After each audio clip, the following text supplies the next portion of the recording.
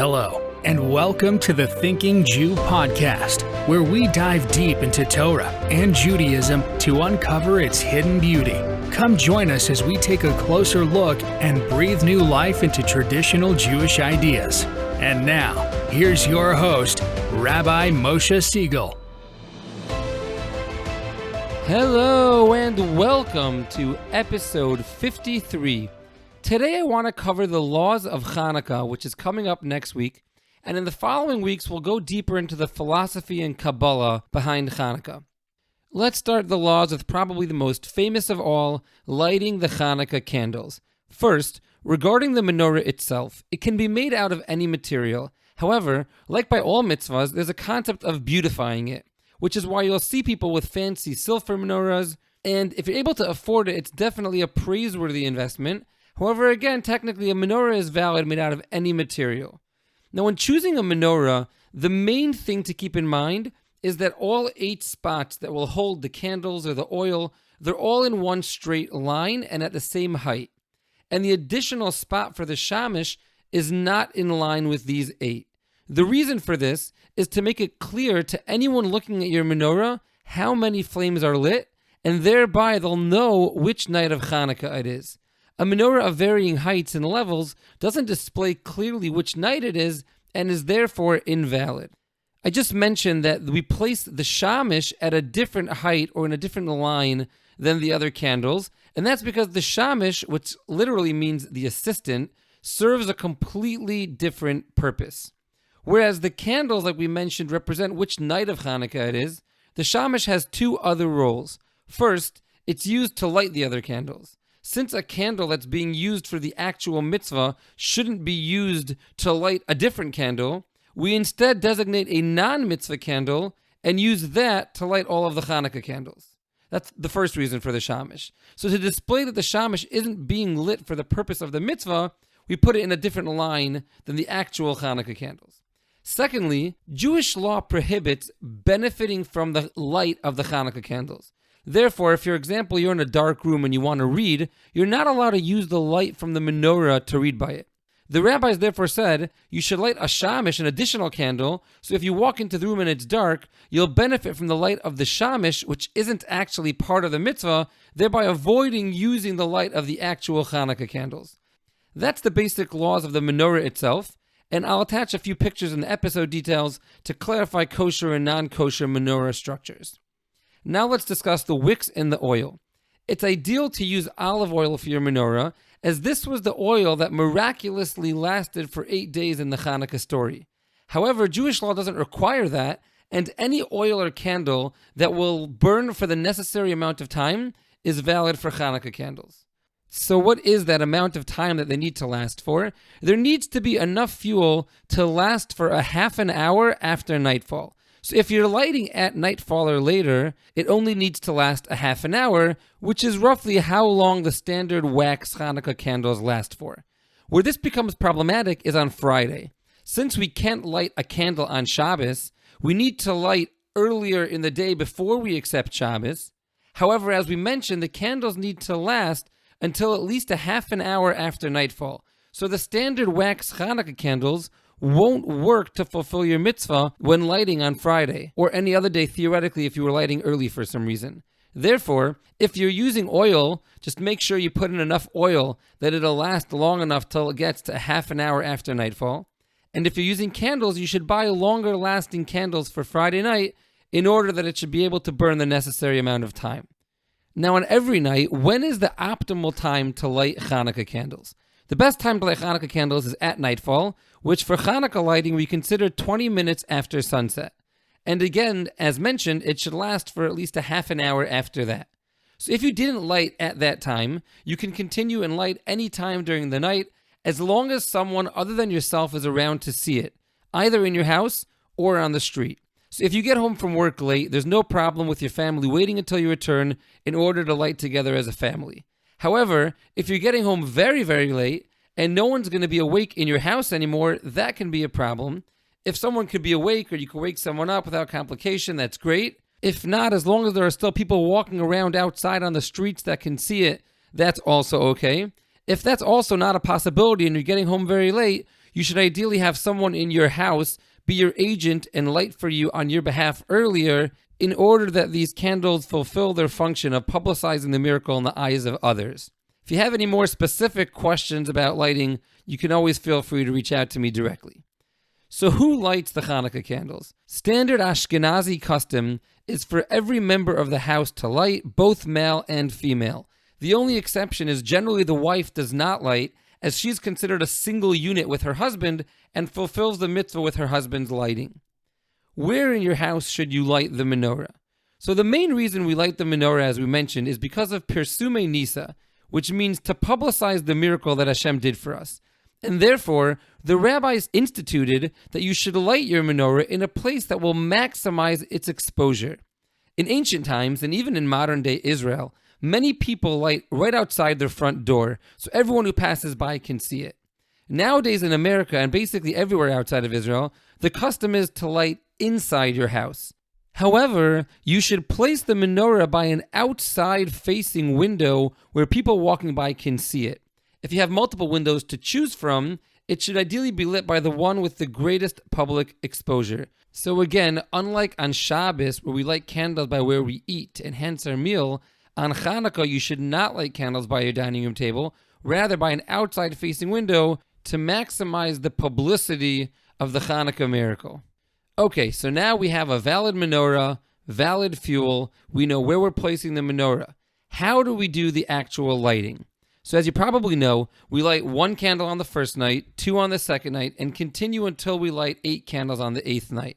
Again, this is all in addition to the extra shamash candle like we discussed earlier.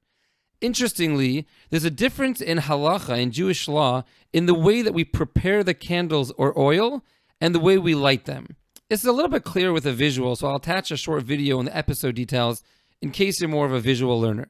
On the first night of Hanukkah, you should place your individual candle all the way on the right end of the menorah and light it there. On the second night, you now add 1 candle to the left of it and continue adding on like that for the rest of the nights. Now, when you're setting up the menorah, you always start from the right, preparing the quote-unquote first night candle first, and then going leftwards towards the newer candles. So you'd put the candle in the rightmost spot first, and then place the next candle right next to it directly on its left.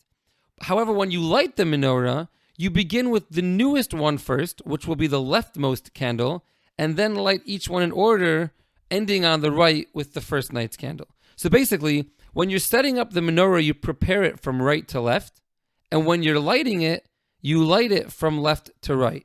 Another way of thinking of it is that when you set it up, you prepare it from the oldest spot to the newest spot, but when you light it, you light the newest candle first.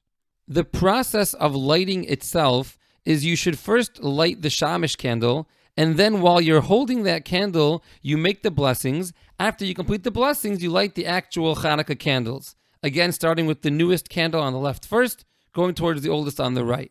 The blessings can be found in any prayer book. I'll also attach a nice infographic of them to the episode details below. After you finish lighting, there's a paragraph called Haneros Halalu, which is customarily set at this point as well, and it's also on that infographic. You can find it in the link there. Just to complete the laws of Hanukkah candles, there's a few other general laws. First of all, once the menorah is lit, you really shouldn't move the menorah at all. You should leave it there until the candles burn out. Also, if any of the candles for some reason do go out, there's no obligation to relight them. You're allowed to if you'd like to, but technically, as long as when it was lit, it had enough fuel to burn for the right amount of time, then if for some reason it went out, you're good. Many have the custom to sit and watch the menorah for that half an hour after you light, rather than rushing back to your phone or to your busy life. This isn't an obligation, but it's really a great opportunity to share the Hanukkah story or personal stories of gratitude to Hashem with whoever you're with, or just to be happy even by yourself and just live in the moment and enjoy this special moment looking at the Hanukkah candles. Moving on off the Hanukkah candles, many have a custom on Hanukkah to give Hanukkah gelt or Hanukkah presents to the children. This is an ancient custom that really started specifically with giving money and eventually adapted to giving gifts. There's a lot of theories as to the origin of the custom. Some suggest that since one of the things that the Greeks prohibited in the times of the Hanukkah story was learning Torah, that once the decree was removed, when the Maccabees won, they incentivized the youth to learn Torah once again by giving them money. Others suggest that it began as a custom to give the children money to deliver to their teachers, to thank them for teaching Torah on this day, and they would add a small amount, so to speak, a delivery fee to the children, and that's where it evolved from that as well. Another really interesting idea is suggested by the Dubno Maggid, who explains it based on the passage of the Gemara that says that when the Jews left Egypt, they took all of the wealth of the country with them. And this money was eventually used to build the magnificent structure of the Holy Temple that was in Jerusalem. But when that temple was destroyed and was conquered, the vessels and the wealth from the temple was transferred to the various controlling superpowers of the world throughout history. And the Gemara says that when Mashiach comes, all that wealth will once again return to the Jews. So the Dubno Maggid explains that on Hanukkah, which prepares us for a world in which the light of Hashem will burn even brighter, we give the kids money in anticipation of Mashiach coming and that great wealth which will return to the Jewish nation. Another famous Jewish custom on Hanukkah is the Game of Dreidel. The dreidel was used in the Hanukkah story to avoid getting caught learning Torah. Like we mentioned, the Greeks prohibited the Jews from learning Torah. So what would the Jews do? When the Greek officers would circle around and check in on the various groups of Jews to see what they were doing, the Jews would quickly hide their holy books and take out their tops and spin them and play with them to give the impression that they're just playing. Since these tops protected the Jews, the custom became to play with these spinning toys or these dreidels on Hanukkah. The word dreidel is actually a Yiddish word, and it comes from the word drein, which means to turn. The letters on the dreidel outside of Israel are Nun, Gimel, He, and Shin, which generally are understood to stand for Nes Gadol Haya Sham, a great miracle happened there, referring to Israel. In Israel, the dreidels say Nun, Gimel, He, and Pei, with the Pei standing for Po, which means a great miracle happened here.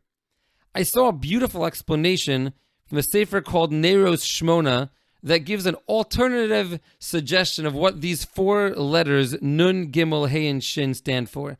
He suggests that the Nun stands for Nebuchadnezzar, Gimel for Gog, He for Haman, and Shin for Seir, the four superpowers that have and will attack the Jews throughout history. And all of these four superpowers of the world, these four letters, are spinning around in circles on one singular point representing God. And the message is it's displaying how all of the spinning pieces of history are really just a reflection of that single point of God running the world from behind the scenes. The Bnei Yissaschar takes this one level further, and he adds that if you add up the numerical value, which in Hebrew you refer to as the gematria, of these four letters, Nun is 50, Gimel is 3, He is 5, and Shin is 300, which totals 358, which is the same numerical value as Mashiach, the Messiah. Meaning that while the world appears to be spinning by these great dictators and leaders who are running the show, in reality, they're all just a part of the divine path throughout history, which is really bringing this world to the world of Mashiach. One more interesting idea about the dreidel is that we know there are two rabbinic holidays in the Jewish calendar. There's Hanukkah and Purim. On Hanukkah, we spin the dreidel, and we generally hold it from above, from the top of it when we spin it. On Purim, we spin a grogger, which is the noisemaker that turns in circles. However, on Purim, we generally hold the grogger from below. So the Sefer Korban Ha'ani explains that the miracle of Hanukkah happened with tremendous divine assistance from above. The miracle of the oil lasting 8 days and the defeat of the great Greek army, so we commemorate it with spinning the top from above. While the miracle of Purim came from below, it happened through the natural world, so we commemorate that miracle with holding the noisemaker from below. Lastly, many have the custom to eat oily foods on Hanukkah. We eat potato latkes fried in oil, we eat jelly donuts, and the source of this is that since the miracle of Hanukkah happened with the oil, the custom became to use that oil in our food as well on Hanukkah. This sums up the basic laws and customs of Hanukkah. Next week we'll take a look at the deeper messages behind Hanukkah as well. Until next time, wishing everybody an amazing week. Thank you for listening to the Thinking Jew podcast and for taking the time to study Torah and deepen your connection to Judaism. If you found value in today's episode, please leave us a rating or review and subscribe to the podcast. If you have any questions, comments, or topic requests for Rabbi Moshe, please email thethinkingjewpodcast@gmail.com or visit thethinkingjew.com.